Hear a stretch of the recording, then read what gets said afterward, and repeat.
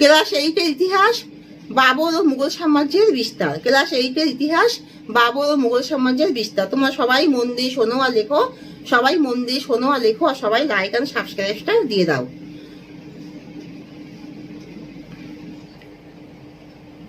1556 খ্রিস্টাব্দে 21শে এপ্রিল পানিপথের প্রথম যুদ্ধ হয়েছিল।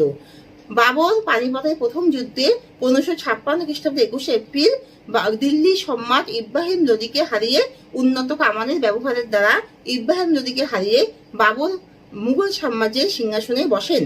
পানিপথের যুদ্ধ হয়েছিল হরিয়ানাতে পানিপথ নামক জেলায়, সেখানে পানিপথের যুদ্ধ হয়েছিল। সেই যুদ্ধে বাবরের জয়লাভের মাধ্যমে ভারতে দিল্লির বুকে মুঘল সাম্রাজ্যের সুপ্রতিষ্ঠা হয়। বাবরের পরে বাবরের জ্যেষ্ঠ পুত্র হুমায়ুন দিল্লির সিংহাসনে বসেন। হুমায়ুন দিল্লির সিংহাসনে বসার সাথে সাথে আফগানদের অতর্কিত আক্রমণে দিল্লির সিংহাসন বিপর্যস্ত হয়ে পড়ে এবং হুমায়ুন দুবার যুদ্ধ অর্থাৎ চৌসা ও বিলগ্রামের যুদ্ধে আফগানদের নেতা শের শাহের কাছে পরাজিত হয়ে হুমায়ুন তার রাজ্যকে হারিয়ে তিনি আফগানিস্তানে গিয়ে পলায়ন করেন নাদির শাহের কাছে এবং শের শাহের মৃত্যুর 10 বছরের মধ্যে হুমায়ুন আবার ফিরে এসে তিনি যুদ্ধ করে আবার মুঘল সাম্রাজ্যকে প্রতিষ্ঠা করেন।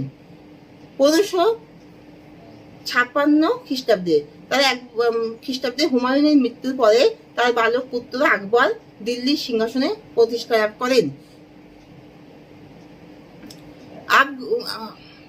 আকবর দিল্লি সিংহাসনে 13 বছর বয়সে প্রতিষ্ঠা লাভ করার পরে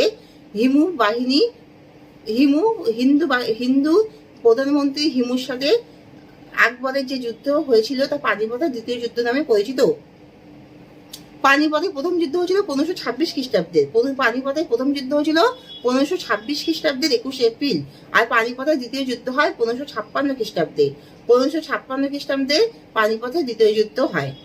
এই যুদ্ধে হিমুকে পরাজিত করে আকবরই মুঘল সাম্রাজ্যের প্রতিষ্ঠা লাভ করেন।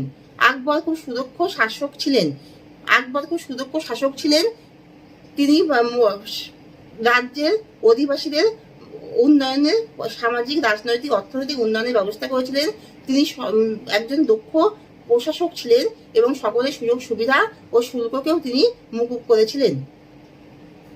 আকবর দ্বীন-ই ইলাহি নামে একটি মতবাদ প্রচলন করেছিলেন। তার দরবারে বিভিন্ন জাতের, যেমন হিন্দু, মুসলিম, খ্রিস্টান, শিখ, বিভিন্ন জাতের মানুষের সেখানে সুপণ্ডিতদের সেখানে সমাবেশ হতো এবং সকলের জন্য মতামত পেশ করতো। এটাই দ্বীন-ই ইলাহি বলা হয়।